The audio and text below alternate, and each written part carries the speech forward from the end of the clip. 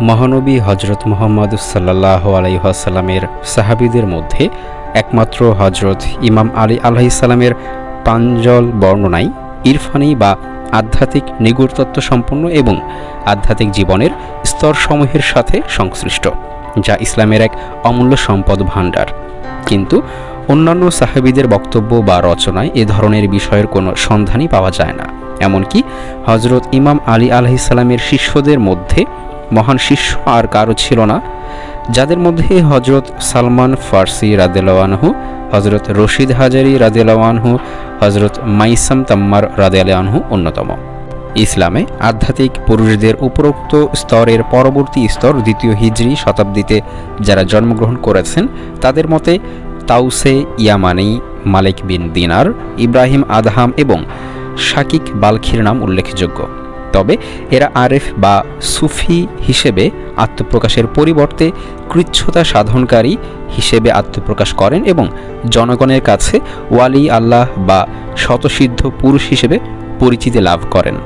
কিন্তু এরা কোনো ক্রমেই নিজেদের আত্মগঠনের প্রক্রিয়ার বিষয়টিকে তাদের পূর্ববর্তী স্তরের মহান পুরুষদের সাথে কখনো সংশ্লিষ্ট করেননি। এর পরবর্তী স্তরে হিজরি দ্বিতীয় শতাব্দীর শেষ ভাগে এবং হিজরি তৃতীয় শতাব্দীর প্রথম দিকে আরেকটি আধ্যাত্মবাদী দলের অভ্যুদয় ঘটে। জনাব বায়েজিদ বুস্তামি, মারুফ কিরখি, জুনায়েদ বাগদাদি প্রমুখ এই স্তরের অন্তর্ভুক্ত।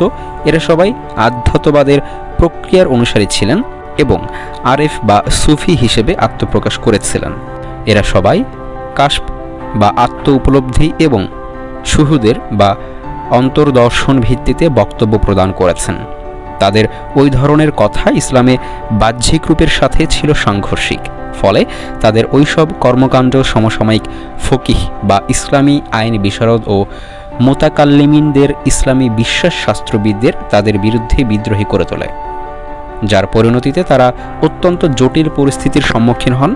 তাদের অনেকের জেলে বন্দি জীবন কাটাতে হয়, অনেকেই নৃশংস অত্যাচারের সম্মুখীন হন, আবার অনেকেরই ফাঁসির কাষ্ঠে প্রাণ বিসর্জন দিতে হয়েছে। এত কিছুর পরও তারা তাদের আধ্যাত্মবাদী প্রক্রিয়ার সপক্ষে বিরোধীদের সাথে লড়াই করে যেতে থাকেন, আর এই কারণেই তাদের তরিকত বা আধ্যাত্মিকত পন্থা ধীরে ধীরে প্রসার লাভ করতে থাকে। এভাবে সপ্তম ও অষ্টম হিজরি শতাব্দীতে এসে এই তরিকত বা আধ্যাত্মবাদ পূর্ণ শক্তিতে আত্মপ্রকাশ লাভ করে। এরপর তখন থেকে আজ পর্যন্ত আধ্যাত্মবাদ কখনো বা শক্তিমত্তার সাথে, আবার কখনো বা দুর্বল অবস্থায় আত্মপ্রকাশ করেছেন, আর এভাবে আজও সে তার অস্তিত্ব টিকিয়ে রেখেছে। ইতিহাসের এই ইরফান বা আধ্যাত্মবাদের অধিকাংশ মাশেখগণই বাহ্যত আহলে সুন্নাতের মাজহাবের অনুসারী ছিলেন।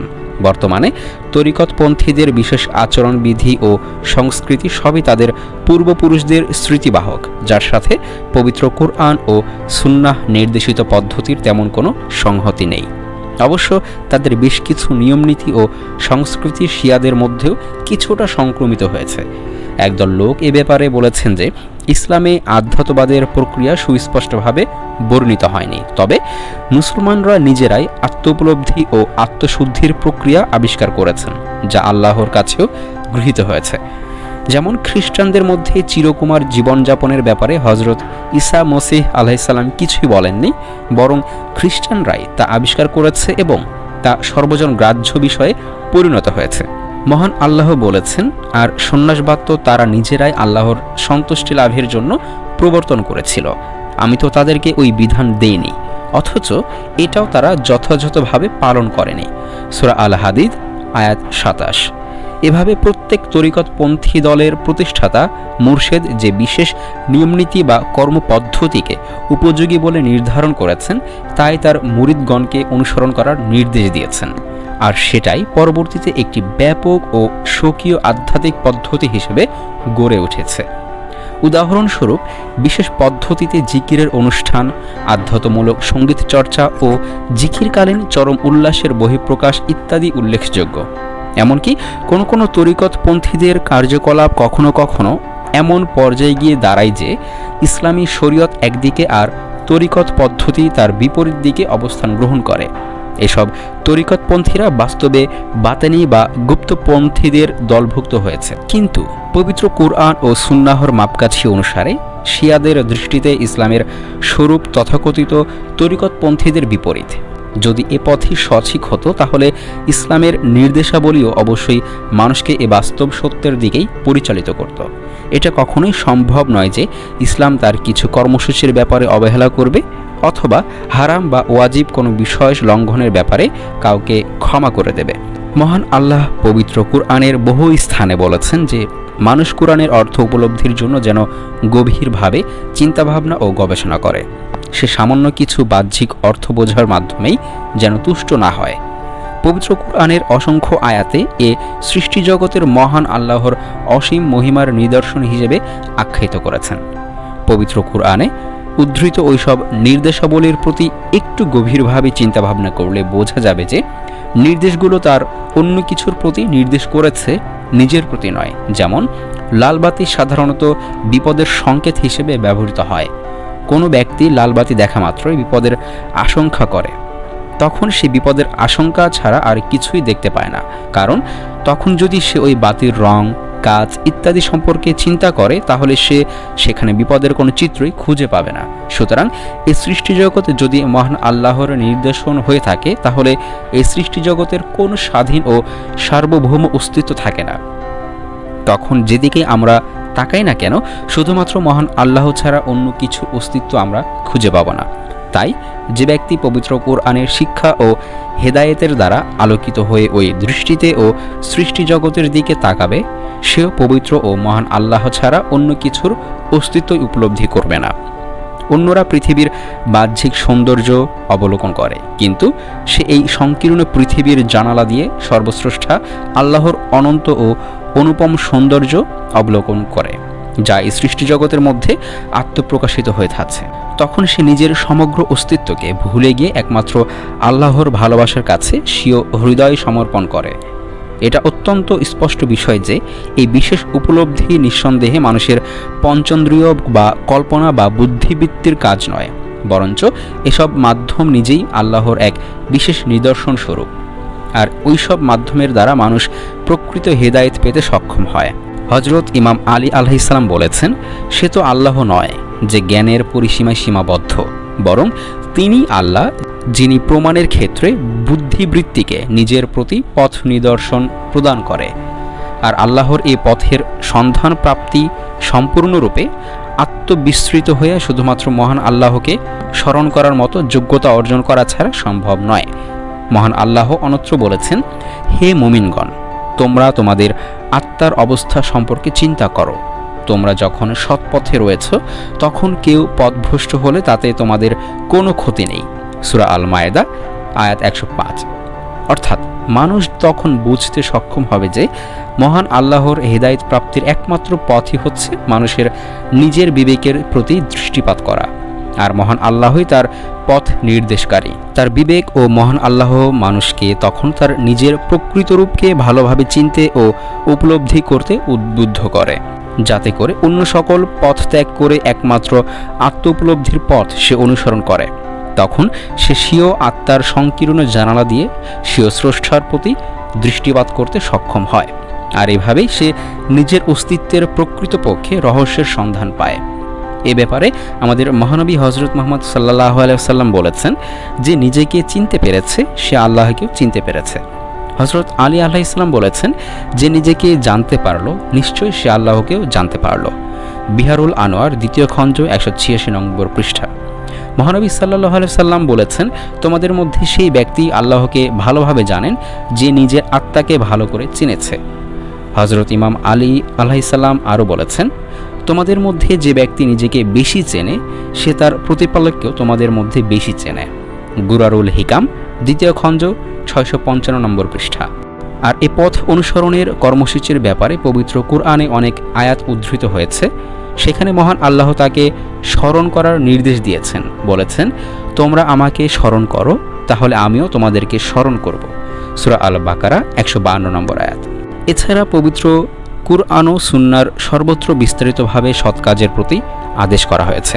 অবশেষে পবিত্র কুরআনে বলা হয়েছে, নিশ্চয়ই তোমাদের জন্য আল্লাহর রাসূলের মধ্যে রয়েছে উত্তম আদর্শ। সূরা আহজাব 21 নম্বর আয়াত।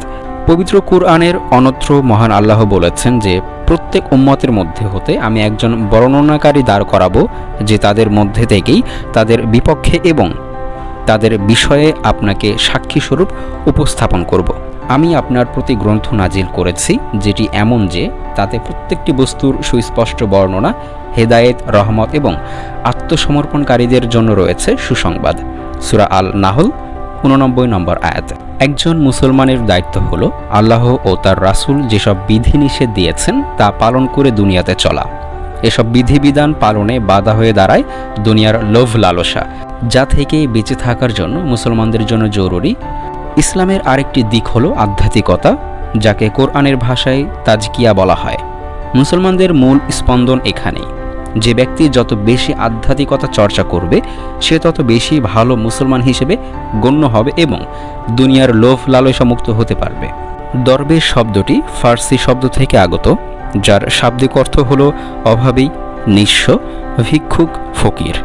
পারিভাষিক অর্থে দরবেশ বলা হয় সমাজে যারা আল্লাহ তাআলার নৈকট্য পেতে দুনিয়ার ভোগ বিলাস ত্যাগ করে এবং আধ্যাত্মিক সাধনায় অধিক সময় দেয়। দরবেশ শব্দের ব্যবহার সবচেয়ে বেশি ছিল তুরস্কে। উসমানী খেলাফত চলাকালে দরবেশদের প্রভাব বড় বড় শাসকদের ওপরও পড়ত। ভারতীয় উপমহাদেশেও এর প্রভাব ছিল অনেক। এর মধ্যে ফকির আন্দোলন অন্যতম। হিন্দু বা সনাতন ধর্মে দরবেশ অনেকটা সন্ন্যাসীর মতো, যারা দুনিয়া বিমুখতা বেছে নেয়। তবে ইসলামী সুফি বা দরবেশরা তাদের থেকে অনেক দিক থেকে ভিন্ন। রাসূলুল্লাহ সাল্লাল্লাহু আলাইহি ওয়াসাল্লাম দুনিয়া বিমুখতা ও আধ্যাত্মিকতা শিক্ষা দিয়েছেন। তার এই গুণ বর্ণনা দিয়েছেন স্বয়ং আল্লাহ তাআলাই। তিনি বলেন, আমি তোমাদের মধ্যে একজন রাসূল প্রেরণ করেছি, তোমাদের মধ্যে থেকে যে তোমাদের কাছে আমার আয়াতসমূহ তেলাওয়াত করে, তোমাদেরকে পবিত্র করে এবং কিতাব ও হিকমত শিক্ষা দেয়, আর তোমাদেরকে শিক্ষা দেয় এমন কিছু যা তোমরা জানতে না। সূরা বাকারা আয়াত 151। যারা দরবেশ হিসেবে নিজেদের জীবন ধারণ করতে চান তাদেরকে 4টি বিষয় নিজের মধ্যে ধারণ করতে হয়। সেগুলো হলো 1. অদৃষ্ট বস্তুতে বিশ্বাস বা ঈমান। 2. অদৃষ্ট বস্তুর অনুসন্ধান বা তলব। 3. অদৃষ্ট বস্তু সম্পর্কে জ্ঞানলাভ বা ইরফান। 4. অদৃষ্ট বস্তুতে বিলীন বা ফানাফিল্লা। গ্রন্থ বঙ্গে সুফি প্রভাব, ডক্টর মোহাম্মদ এনামুল হক। ভারতীয় উপমহাদেশে সুফি বা দরবেশগণ যা করেন তা প্রশ্নবিদ্ধ করা হয়। আলেমগণ একে অতিরঞ্জন বলেছেন, যেমন প্রয়োজন থাকা সত্ত্বেও বিয়ে না করা, দিনের পর দিন না খেয়ে থাকা, সামাজিক জীবন ছেড়ে ভবঘুরে হয়ে বেড়ানো ইত্যাদি। তবে যারা কোরআন ও হাদিস অনুসারে চলেন, বিভিন্ন তরিকা অনুসরণ করে আল্লাহ তাআলার জিকির করেন এবং আকীদা ও বিশ্বাসে আহলে সুন্নাত ওয়াল জামাতের অনুসরণ করেন, তারা বরাবরই প্রশংসিত হয়ে এসেছেন। অনেকে দরবেশ শব্দকে নেতিবাচক অর্থে ব্যবহার করেন, যেমন কেউ দেখতে দরবেশের মতো হলেও কাজে কর্মে শয়তানের অনুসারী, তাকে অনেকে বিদ্রূপ করার জন্য দরবেশ বলে থাকেন। সমাজে ইতিবাচক অর্থে দরবেশ শব্দের ব্যবহার কমে যাওয়ায় মানুষ এভাবে নেতিবাচক অর্থে ব্যবহার করছেন। আজকের মতো এ পর্যন্তই। ভিডিওটি ভালো লাগলে অবশ্যই লাইক, কমেন্ট, শেয়ার করবেন এবং নিত্য নতুন ভিডিও পেতে চ্যানেলটি সাবস্ক্রাইব করে সাথে থাকবেন এবং কী ধরনের ভিডিও দেখতে চান তা অবশ্যই কমেন্ট করে জানাবেন। সম্পূর্ণ ভিডিওটি দেখার জন্য অসংখ্য ধন্যবাদ। ভালো থাকবেন।